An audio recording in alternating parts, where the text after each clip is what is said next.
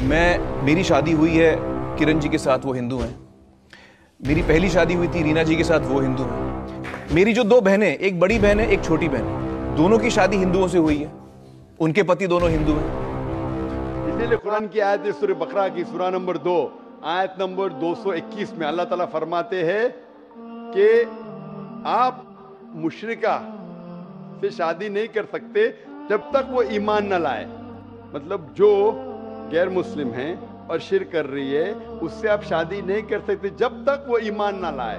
और एक ईमान लाने वाली औरत चाहे कितनी भी बदसूरत हो वो एक मुशरिका से बेहतर है। और आगे आयत कहती है कि लड़कियां मुशरिक लड़के से शादी नहीं कर सकती जब तक वो ईमान ना लाए।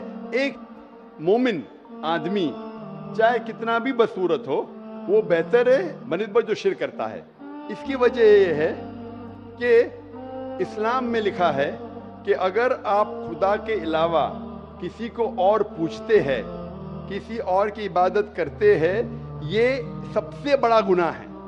और अल्लाह ताला फरमाते हैं सूरह निसा में सूरा नंबर 4 आयत नंबर 48 में और सूरा निसा सूरा नंबर 4 आयत नंबर 116 में कि अल्लाह सुब्हाना व तआला अगर चाहे तो कोई भी गुनाह को माफ कर सकता है लेकिन शिर्क को कभी नहीं माफ करेगा।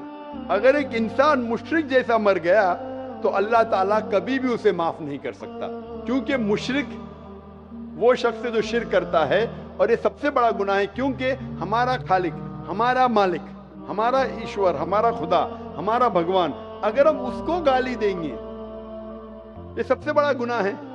जिसने हमें जिंदगी दी, जिसने ये सारी चीजें हमें दी दुनिया में, अगर हम उसको गाली देंगे, उसके अलावा किसी और की इबादत करेंगे, ये शिर्क हुआ। तो इसीलिए इस्लाम में इजाजत नहीं है कि एक मुस्लिम लड़का या लड़की कोई मुशरिक लड़का या लड़की से शादी करे, ये इजाजत नहीं है। इसीलिए शादी के लिए शर्त है कि दोनों का ईमान हो। और अगर आप हिंदू मजहब पढ़ेंगे तो हिंदू मजहबी किताब में भी यही लिखा है जो मैंने पहले पेश किया, पहला जो सवाल था भाई साहब का, और मैंने कहा कि हिंदू मजहब में भी यही लिखा है, ना तस्य प्रतिमास्ति, उस ईश्वर, उस भगवान, उस खुदा का कोई मूर्ति नहीं, कोई फोटोग्राफ नहीं, कोई पेंटिंग नहीं, कोई पोर्ट्रेट नहीं, कोई आइडल नहीं, कोई स्टैच्यू नहीं।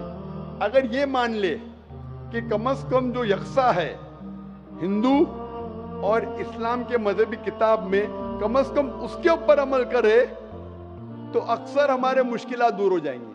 जो यकसा नहीं है उसको कल डिस्कस कर सकते। और अगर आप तहकीक करते हिंदू मजहब की किताब पढ़ते और इस्लाम मजहब की किताब पढ़ते, दोनों में लिखा है खुदा एक है, दोनों में लिखा है कि खुदा का कोई बुत नहीं है, दोनों में लिखा है कि खुदा के अलावा किसी और की इबादत नहीं करना चाहिए, दोनों में लिखा है कि आखिरी पैगंबर मोहम्मद सल्लल्लाहु अलैहि वसल्लम में, दोनों में लिखा है कि शराब नहीं पीना चाहिए। मैं हवाले दे सकता हूँ और मैं तकरीर एक दिया हूँ, similarities between Islam and Hinduism, इस्लाम और हिंदुइज्म में यकसानियत, दोनों किताब में आप अगर पढ़ेंगे कुरान मजीद में सूरह माइदा सूरा 5 आयत नंबर 90 में लिखा है कि शराब पीना हराम है। अब Manusmriti chapter number 9 verse number 225 पढ़ेंगे, उसमें लिखा है शराब पीना हराम है। अगर आप तहकीक करेंगे काफी यकसानियत है।